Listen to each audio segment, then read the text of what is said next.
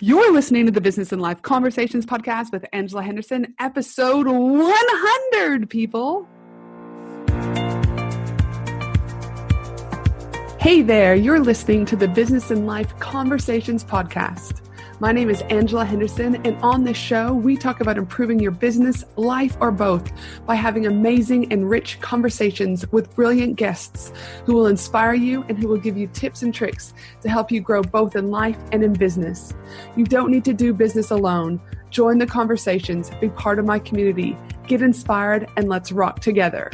www.angelahenderson.com.au.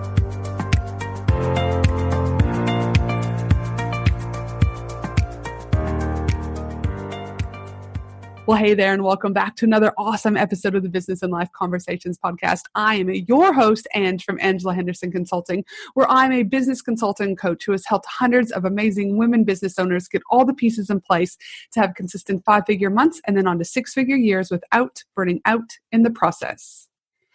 Today is going to be an absolutely freaking epic episode. Why? Oh, my friends, because today is episode 100 of the Business and Life Conversations podcast, and I have 20 amazing women and business owners joining me today to celebrate. They're going to give their advice on one of the main questions I asked them, and that is, what do you know now that you wish you knew when you first started off in business? But before we jump into this amazing episode filled with just little golden nuggets from all these amazing women in business, I just want to share with you a bit of my transformation over the last 100 episodes. I need to start by saying that though many of you will think that this was an easy podcast to record, I have to say it's the second hardest episode that I've ever recorded. Now you might be thinking, Ange, why would it be so hard when you've hit 100 episodes? Surely this episode would be a piece of cake. But here's the thing, 100 episodes equal 100 weeks, equals 700 days, which equals 16,800 hours. Preparing for this episode, well, it's actually made me stop. I had to reflect, I've appreciated, I've celebrated, and I've also grieved. But equally, I've just been in the moment. I feel often in life we're going a million miles an hour, juggling businesses, kids, partners, external family, and everything in between. Slowing down doesn't come easy to most of us in this entrepreneur space, but in order to move forward, sometimes we have to slow down. And having this time to slow down with the whole thing called coronavirus, not too sure if you've heard of it, mix of reflecting on the last 100 episodes is exactly what I needed. In 100 episodes, 100 weeks, 700 days, 16,800 hours, I've not only produced 100 episodes, but I've also lost 3 very important people in my life. My grandmother on Christmas, my brother on Mother's Day, and a father-type figure on January 1. I will forever be grateful for having a podcast that in many ways kept me going on days I didn't want to move forward, on days when all I could see was darkness. This podcast brought color back into my life.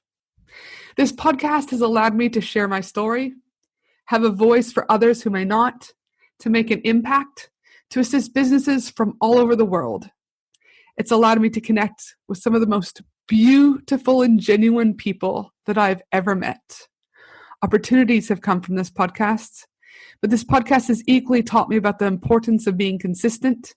It's taught me about dedication. It's allowed me to step into the role of a leader. And to be honest, this podcast journey has been nothing but remarkable. So today, my friends, I celebrate. I fucking fist pump. I might even dance a little bit because today is a day to fucking celebrate.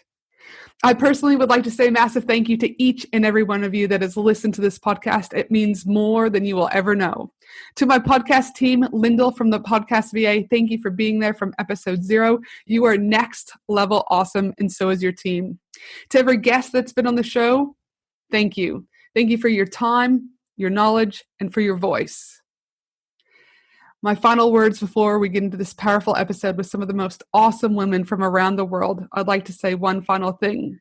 Life. Life is truly short. And your world, as I've experienced not once but 3 times, can literally be turned upside down in seconds. Start the podcast. Speak on stage. Run your own retreat. Do whatever the fuck you want to do. Why? Because you deserve it. That's right. You deserve to do whatever the fuck you want. Make shit happen. Because the only person who can is you. Now let's get ready to hear from some of the most of my favorite people in the whole wide world. And thank you again. Thank you for 100 amazing podcast episodes, and here's to 100 amazing more. Much love from Brisbane, Australia. Now let's get into this amazing, amazing episode. Hey, it's Lisa Corduff, and I help women uncover the subconscious stories that are keeping them stuck and repeating patterns that just don't serve them. And if there was something I wish I'd known sooner, it would be that my business is a reflection of me. So the sooner I get myself in order, the sooner my business will thrive. If I can add another cheeky one, Ange, it would be, oh my gosh, the sooner you start outsourcing, the faster your business will grow. Get good people on your team. See ya. Hello, my name is Teresa Heath-Waring from teresaheathwaring.com, and I help business owners and entrepreneurs to market and launch their businesses online. I'm also the host of the podcast, Marketing That Converts. So the one thing that I wish I knew before I started my business is that how important mindset is when running your own business. Now, I started off doing marketing. I'd done marketing for 15 years, thought I'd got all the best tools, tactics, strategies. I knew how to create landing pages and funnels and do all that cool stuff. But I totally underestimated that if I woke up in the morning and didn't feel like it, or if something happened that knocked my confidence, or I was fearful of an outcome or something, that could have a massive effect on the success of my business. So for me, the one thing that you really must consider when starting your business is ensuring that you are working hard on your mindset. Hey, I'm Anita Seek, and I am the founder and director of Wordfetti, and I am also the host of Brandfetti, the podcast. I help businesses who don't want to do normal stand out in their industry, or as I like to say, become the Dyson of vacuums in their industry through the power of words and psychology. So what I know now that I wish I knew when I first started out in business. That is such a good question. Love it, Ange. But I would probably have to say the power of the pause. I think when I first started out in business around 3 and a bit years ago, I was traveling at 1,000,000 miles per hour. Don't get me wrong. There are still days that I do feel like I travel at 1,000,000 miles per hour and I feel bad for taking that day off, or I'm working into the weekend. I don't give myself a chance to just, breathe. But even just in the last couple of weeks, especially during ISO, I have given myself just the pleasure of pause every morning before I jump into emails, and just to myself, by the way, whether or not it is going for that walk, whether or not it is just to listen to an audiobook for 30 minutes before I jump into emails, that has just propelled me so much. And I think that's important for us as business owners, because we can't help but juggle 1,000,000 things at once. And we feel like if we don't, we're going backwards. But I'm here to tell you, and I'm here to tell you that I wish I knew this before when I first started, that pausing and recharging has the ability to propel you even further. That's it from me. I'm Sarah Noked from Sarah Noked OBM. I am a certified online business manager and a certified OBM trainer.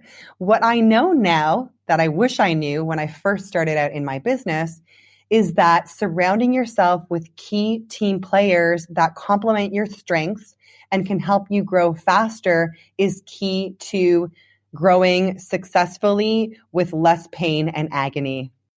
Hey, I'm Steph Taylor from stephtaylor.co and also the host of Socialette, a bite-sized online marketing podcast.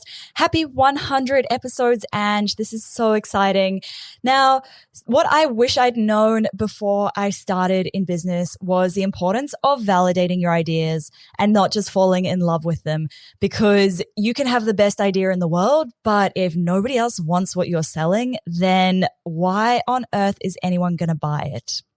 So practically, this would have looked like actually talking to my audience and paying attention to the feedback that they gave me, not just the feedback that I wanted to hear, the good feedback. So thank you very much, Ange. And again, happy 100 episodes. Hi, I'm Sonia Statman, and for more than 20 years as a leadership and business coach, I've helped women step into more of their potential, success, and freedom. I have a business program, leadership program, and a podcast called Women in the Business Arena. There are so many things I wish I knew 20 years ago when I first started my business. But one of the most important things I learned is that no matter what the world tells you, staying in alignment with yourself and your values is key to success. It is so easy to be pulled off course with someone else's secret to success. Of course, we all want the promise of money and freedom, but too often we're pulled into other people's marketing of money and freedom, and we compromise our values. So look beyond marketing for more transparency and for an alignment with your values. I wish I had listened to my own intuition and gut feelings early in my business life. It would have saved me massive amounts of money, time, and energy. Your feelings, integrity, and values are key to your success. Hi everyone, it's Emma and Carla here, also known as the Merrymaker Sisters, founders of Merrybody, our online yoga, Pilates, and meditation studio, helping people accept, respect, and feel love toward their bodies every single day. So congrats, Angela, on your 100th episode. And one thing that we wish that we'd known when we first started business that we know now was to not fear the inaction. It's okay to take some space. It's okay to take some time to really check in and tune in with your true goals and your true desires and not get distracted by the 1,000,001 other people telling you what you should do, but to really tune into what you want to do. I guess it all comes down to that first little, sentence that inspired us to quit our full-time jobs, and it was Joseph Campbell's Folly or Bliss.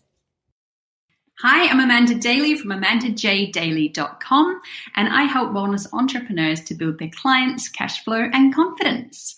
What I know now that I wish I knew when I first started out in business is I wish I knew it was all going to work out. Well, more specifically, I wish I knew that was actually a decision that had to be made by me before it could work out. Once I decided everything was going to work out wonderfully, I stopped constantly worrying myself silly that things I was doing might not work out in the long term, and instead turned my focus every day into taking action because it was working. The results followed quickly. True game changer.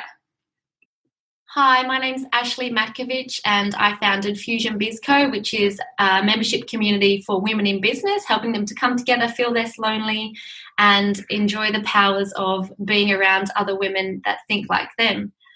So the thing that I wish I knew when I first started out in business is how important it is to have a clear, defined vision. For a couple of years there, I wasn't really sure what I wanted to create. I was kind of just going with the flow. But now that I have a clear vision in my mind, I know what I want to do, I know when I want to do it by, I know who I want to help, and I know how I want to give back. It has made me get out of my own way, step aside, and just go for it.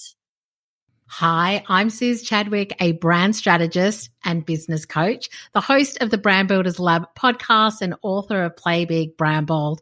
And I help women in business to build confidently bold brands to attract the clients they really want. What I know now that I wish I knew when I first started out in business is I wish I knew that if I just kept focusing and building that one main thing, that one thing that I really wanted to grow instead of listening to what others wanted. And so I kept creating new things all the time, that I would have gotten to my goal so much faster. Hi, I'm Kath Fowler from Regional Raw, and I help businesses get found and look good online. Through SEO smarts and compelling copywriting, I'm there to help you stand out from the crowd.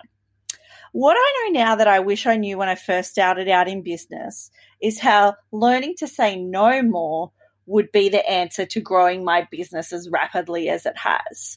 When I started saying no to low-paying jobs or work that wasn't in the industries that I was passionate about, what it did was free up space for signing up clients in the areas that I love to work and who valued the work I do. I'm Kirsty Fenton, a launch copywriter and strategist for creators of online courses and masterminds. And I also help other copywriters really hone their craft through a number of my own programs. One thing I know now that I wish I knew when I first started was that things become a lot more rewarding as soon as you stop thinking of yourself as an individual for hire and start thinking of yourself as a business. I think once you're able to actually make that mindset shift, a whole new world of possibilities really open up for you, and you can start putting yourself in control of how you're spending your time and where you're headed. Hey, my name's Emily Osmond, and I'm the host of the Emily Osmond Show podcast. And in my 2 programs, I teach women how to book more clients and make more sales from Instagram, and then also how to scale their online program for recurring revenue every month. What I wish I knew when I started my business is that not everyone else has the answer. And I wish that I trusted myself more to actually just take action and make decisions even when I didn't feel sure. Hi, I'm Nadine Roner from The Social Shells, and I help women become a freelance social media manager so they can work from anywhere.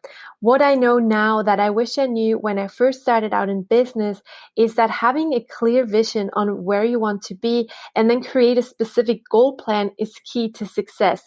I spent way too much time in the beginning stages doing random to-dos on my task list that wouldn't move my business towards my bigger vision rather than focusing on the needle-moving activities. Hello, my name is Stevie of Stevie Says Social. I help women build standout personal brands using social media and podcasting and to monetize with a signature online course. Now, the number one thing that I wish I had have known when I was first starting out is that you don't need to have it all figured out. I procrastinated for way too long about even starting my business, and I really had that perfectionist tendency that I've had to get rid of because what it made me do is really think about everything too much without actually diving in. I feel like there's so much value in just diving in, getting things done, and I wish I had have known that earlier. Congrats on 100 episodes, and you're amazing. Hi, my name's Jodie Millwood. I'm from Social Charlie. We're a Facebook advertising and funnel building agency.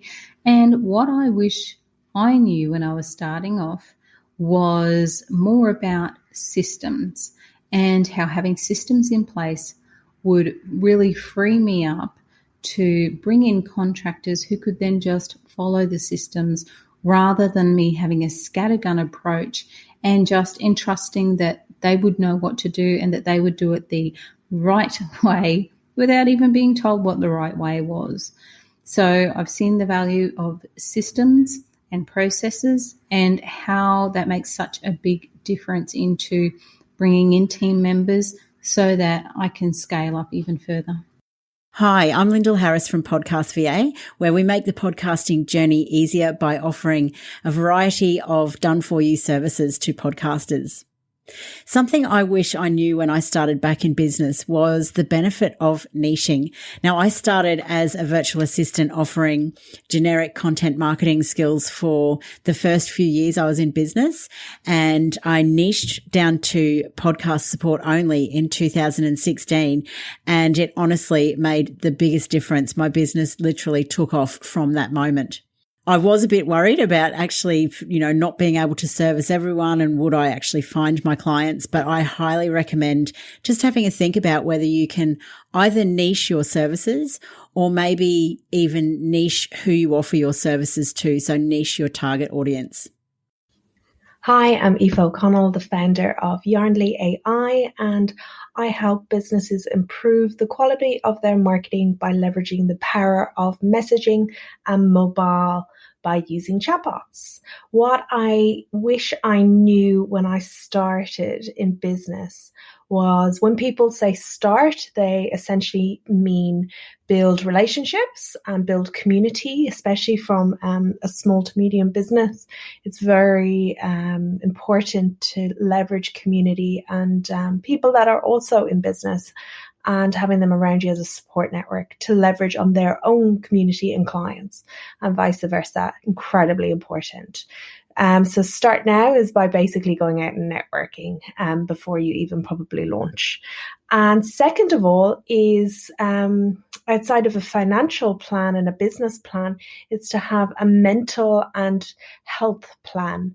You're only as good as the condition you're in, and business can get tough and it can have long hours, especially if you are also have a family and running a business. So definitely encourage everyone to start off with putting in a mental health and fitness strategy into their day. And I swear by 5 a.m. starts. Never would have thought that in a million years, but they have literally changed the way I operate, the way I get on top of my day. And you're only as good as the morning that you have. So it's definitely something that has been able to leverage my business, my performance, and control the output throughout the day. So that would be the one thing that I would encourage from the get-go. And happy 100th podcast, Angela. Fantastic. So excited for you. And this is a huge milestone in this podcast life. So congratulations. And I look forward to hearing many, many more. Hey, this is Leanne Hughes from leannehughes.com and host of the First Time Facilitated podcast, where I help you create unpredictable workshop experiences that predictably work. Happy 100th episode, and you're amazing. What I'd like to share is when I first started as a solopreneur, what I wish I knew is that I didn't have to stick to corporate hours. Now, coming from the background that we've all come from schooling, where you work, a day from like 9 till 3 when you're younger, through to university, and then to corporate life, you're working over 40 hours a week. And I remember my first week leaving corporate, I thought I had to keep myself busy. So I went to a lot of workshops and I made sure that I was sitting in front of my computer and being ultra responsive to email. And what I've realized now, 18 months in, is the importance of actually figuring out the times in your day when you have the most energy. And it's so important to maximize those, but also being forgiving when there are times in your day or during the week where you're sitting in front of that computer, you're just going from tab to tab and you're not getting anything done, and just being okay with letting go of that. That was really hard because we're so conditioned to feel like we've got to be productive all of the time. So that for me is, I'm very protective of my Mondays and my Fridays. I try to sort of block out my calendar then, as well as the first 2 hours of every day, just so I can settle in. It's when I'm at my peak time. So I guess my question to all of you listening is, what is your peak time for getting stuff done, for thinking creatively, and how can you make sure that you take time out so you focus on that during that time? I'm Tina Tower from Her Empire Builder, and I help women to package their expertise into online courses, podcasting, publishing, speaking, and content marketing to grow their empires. What I know now that I wish I knew when I first started was there's no comparison to you. Your journey is yours and yours alone, and it's not something that you just read in a motivational book. You can and you should design your business and life to be exactly as you want it to be. You do you. Wow. I mean, what an awesome way to celebrate 100 podcast episodes with 20 of the funnest, amazing, knowledgeable women in business from Canada to the United States to Australia to the UK. I couldn't have asked for a better episode than this. Now, before we sign off, just a reminder that if you'd like to connect with any of these amazing women in business, make sure to head to angelahenderson.com.au and click in the show notes, because all of their links will be there for you to connect. And for the rest of you, I hope you have the most beautiful day, no matter where you are in the world. And I look forward to you joining me again next week for another amazing episode of the Business and Life Conversations podcast. Thanks again for an amazing 100 episodes.